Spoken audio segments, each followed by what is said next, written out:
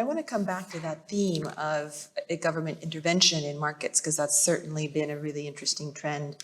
But before we come back to that theme, let's turn to you, David. You're at ABAX, an exchange. Maybe you can, you guys are launching some new contracts, I think, later this year. Maybe you can comment on this movement, which Domenico referred to, of companies moving away from the exchanges more towards OTC.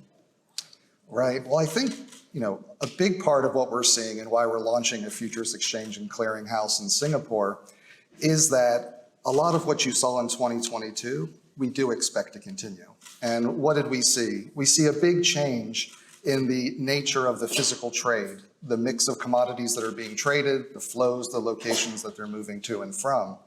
And at the same time, we're not seeing the financial market infrastructure keep up with it. So just some examples from this week, right? We had Jeremy Weir yesterday saying that the nickel contract is no longer fit for purpose.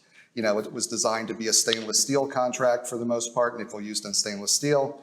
And now we're moving more and more, the focus of physical trade in nickel is for batteries, part of the energy transition. This morning, Bill Reed saying we need a price on carbon, and we do. So going back to 2022 as well, you had not only these changes in the commodity landscape being created by the energy transition, but also by the Russian invasion of Ukraine.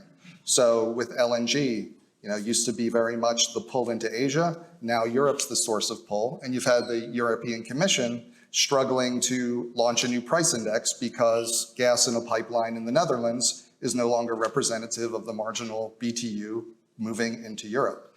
And so when we look at all of this, we see if you don't have the financial infrastructure, the proper futures contracts that can keep up, then the future, we can all see what that's going to look like. If people don't have the tools to manage their risk, they're going to take less risk.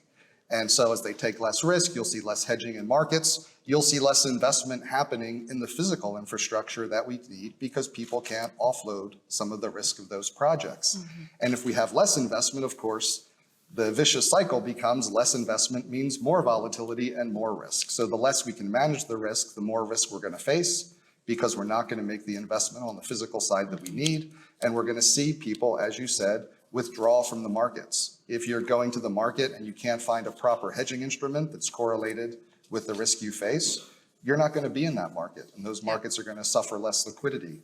Is moving into OTC the right way to do that? I don't think so, because what we need and what's been repeated on these panels is more transparency, more liquidity, and we don't want to reduce transparency and reduce liquidity. We want to build it, and that's why we think having a futures exchange and clearinghouse focused on the changing commercial needs of the market is very important right now. Yeah.